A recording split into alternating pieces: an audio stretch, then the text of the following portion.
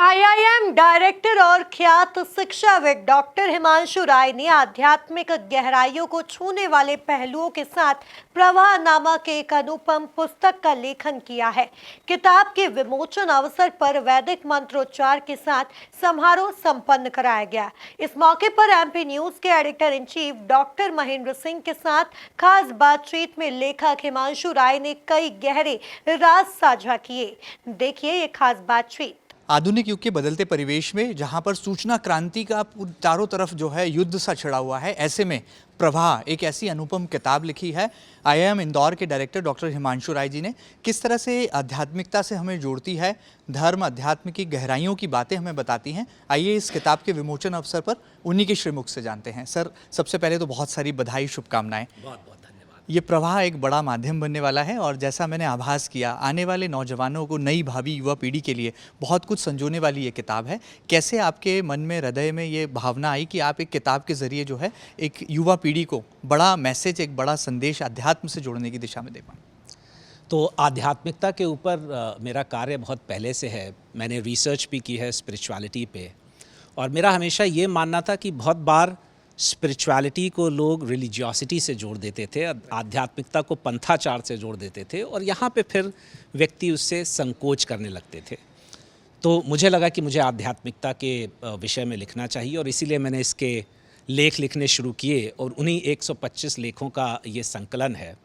दूसरा कारण ये था, और उसी कारणवश मैंने इसका आज विमोचन किया है, जो आज हम हॉरर्स ऑफ पार्टीशन उसको ऑब्ज़र्व कर रहे हैं कि विभाजन के समय जितने भी उसके जो दुष्परिणाम थे और उसमें जो भी क्षति हुई, बहुत सारे लोगों की मृत्यु हुई, बहुत सारे लोग, परिवारों को बहुत सारा शोक उठाना पड़ा।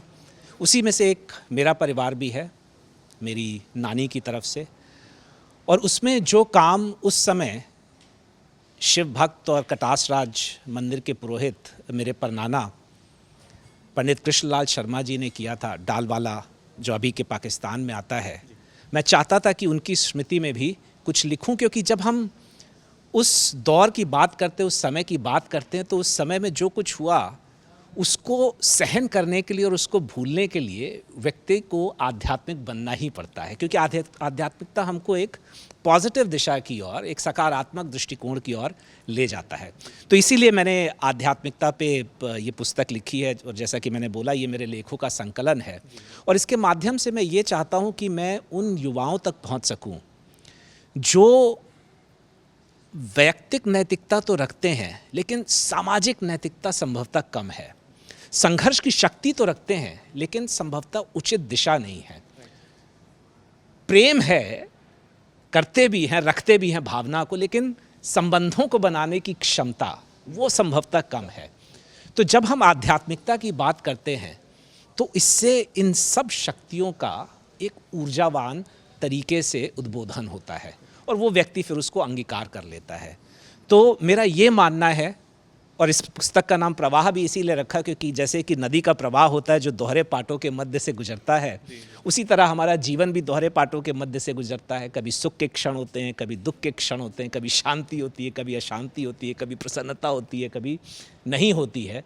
तो इस जीवन को नदी की ही भांति दोहरे पाटों के मध्य में रखते हुए उचित दिशा किस तरह से दे सके, ताकि वो परमात्मा रूपी सागर में जा कर के मिल सके, उसकी तरफ ये मेरा एक बहुत ही छोटा सा प्रयास है। और मैं चाहता हूँ कि इस पुस्तक के माध्यम से मैं युवाओं तक पहुँच सकूँ और उनको आत्मचिंतन, मनन और राष्ट्र निर्माण की ओर अग्रसर कर सकूँ। अध्यात्म की गहराइयों से वाकिफ़ कराने के लिए ये पुस्तक आपने लिखी है। लगता है कि आने वाले कल में एक बड़ी क्रांति भी ला सकती है ये पुस्तक, और क्या ये सिलसिला इसी तरह से जारी रहने वाला है? क्योंकि ये तो पहला आपका स्टेप है, इसके बाद क्या आगे आने वाले दिनों में हम और भी प्रवाह के कई जो है भाग देखने वाले, अनुसरण देखने?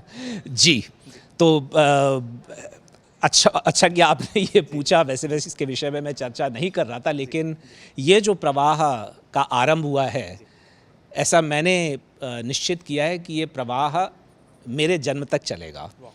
तो जब तक मैं लिख सकता हूँ तब तक लिखता रहूँगा, और जैसे ही मेरे पास कुछ लेखों का संकलन हो जाएगा, तो उसको प्रवाह द्वितीय, प्रवाह तृतीय के रूप में मैं प्रकाशित करने का प्रयास करूँगा। सर, इस किताब के लिए किसे क्रेडिट देना चाहेंगे, क्योंकि आपने कहा कि आपकी फैमिली का जो स्ट्रगल रहा और ख़ास तौर पर पार्टीशन के दौरान का जो दर्द था, उस मर्म के बाद जो है आपने अध्यात्म की गहराइयों को छूना शुरू किया। आपको लगता है कि आने वाले कल में आप क्रेडिट तो दे रहे हैं, लेकिन ऐसा भी दौर आएगा जब चुनौतियाँ सामने होंगी, संघर्ष ऐसे भी वापस लौट कर आएंगे, तो ऐसे समय में ये जो किताब है हमें एक मार्ग दिखाएगी, एक राह दिखलाएगी? बिल्कुल। तो और इसका क्रेडिट जैसा कि मैंने बोला कि पंडित कृष्णलाल शर्मा जी की पुण्य स्मृति में लिखा गया, लेकिन इसका पूरा क्रेडिट मैं अपने परिवार को देता हूँ, और उस परिवार में खासकर अपनी माँ को देता हूँ। मेरी वेद विदुषी माता, जो कि 15 वर्ष की आयु में जिनका विवाह हो गया था, वो भी एक तरह से परिणाम था उसी विस्थापना का, क्योंकि 4 बहनें 3 भाई, तो नाना नानी को लगता था कि जितनी जल्दी हो सके इनका विवाह किया जाए। उसके बाद उन्होंने अपने जीवन के साथ संघर्ष करते हुए BA, BEd, MA, MEd, PhD, DLitt ये सब संस्कृत में किया। तो सबसे पहले मैं अपनी वेद विदुषी माता को इसका क्रेडिट देना चाहूँगा। मेरे तर्कोत्सुक पिता, उनको तर्क वितर्क करने में बहुत आनंद आता है, तो उनके साथ जो चिंतन हुआ उनको मैं क्रेडिट देना चाहूँगा। मेरा कर्मठ भ्राता, जो कि वो स्वयं भी आध्यात्मिकता की बातें करता है और आध्यात्म के विषय में चिंतन करता है। मेरे गुरु जी स्वामी विदेह योगी जी, जिनसे मुझे योग और आयुर्वेद की शिक्षा मिलती है, उनके साथ चिंतन मनन, और जब भी मुझे कहीं संशय होता है किसी भी ग्रंथ को पढ़ने में, तो मैं उन्हीं के साथ चिंतन करता हूँ। इन सब को मैं इसका श्रेय देना चाहूँगा। और इस पुस्तक को इस रूप में लाने के लिए और इसका डिज़ाइन करने के लिए, इसको कैसे संकलित किया जाए, इसके लिए मैं अनन्या मिश्रा को क्रेडिट देता हूँ। चलिए सर, आखिरी में अपना एक फीडबैक शेयर करना चाहूँगा। जब हम यहाँ पर आपकी किताब के विमोचन अवसर पर बात कर रहे थे, तो लोगों ने कहा कि जैसे स्वामी विवेकानंद हुए थे, हमें आधुनिक युग के स्वामी मिल गए हैं। तो इस फीडबैक को आप किस तरह से ले रहे हैं?